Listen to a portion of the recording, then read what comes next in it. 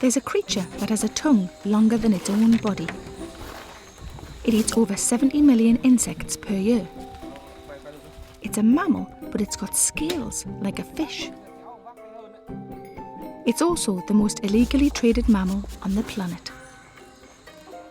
These are pangolins, and they really are the only scaly mammals in the world. These ones have just had a very lucky escape. Thanks to this brilliant man called Ty. He runs a place called Save Vietnam's Wildlife. There aren't many animal rescue centres in Vietnam, so it's really important, and at the moment, pangolins are their biggest problem. Pangolin is really a scaly anteater. So they're a mammal, they're warm-blooded like we are, despite being covered in scales. They're also critically endangered. Thousands of pangolins are being taken out of the forests. We really don't know an exact number, but they are widely understood to be the most trafficked animal in the world. Most trafficked means most illegally snared, stolen from the forest and killed for money.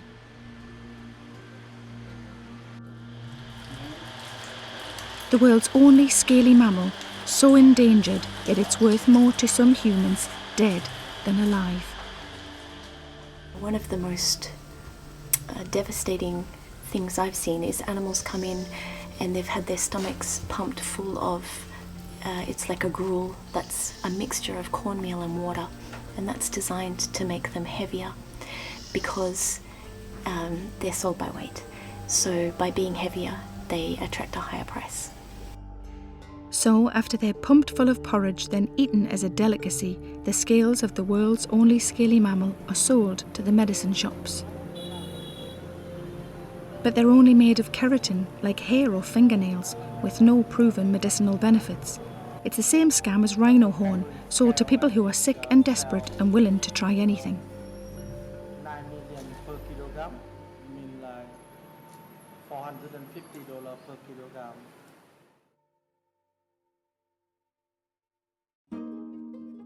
Back at the rescue centre, the pangolins are ready for freedom.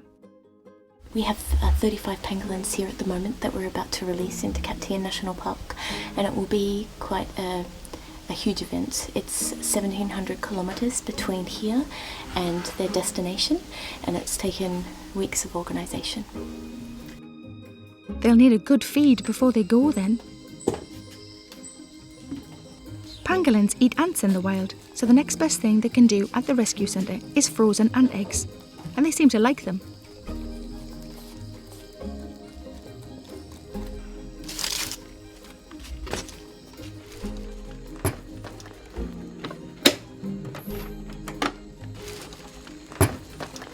Three of the 35 individuals that we're releasing have been fitted with radio transmitters for tracking post-release.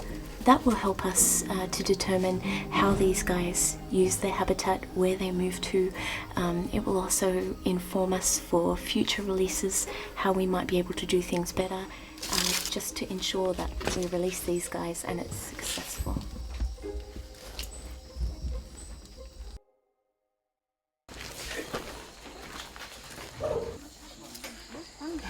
After a lot of packing, it's 3 a.m. and they're off.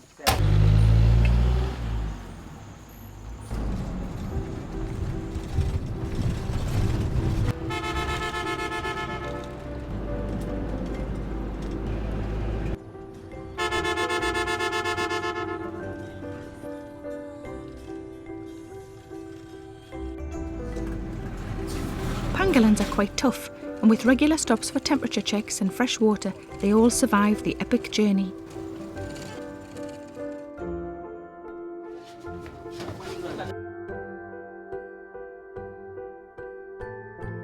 They've arrived, but they can't be released straight away. They need one more feed to get their strength up. And as pangolins are nocturnal, their incredible smell is stronger than their sight and hearing.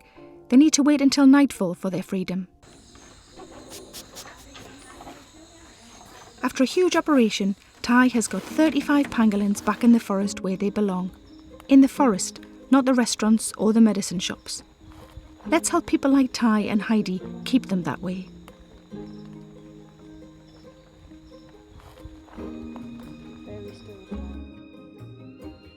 And while they're struggling away in the jungle, most people back here have never even heard of a pangolin.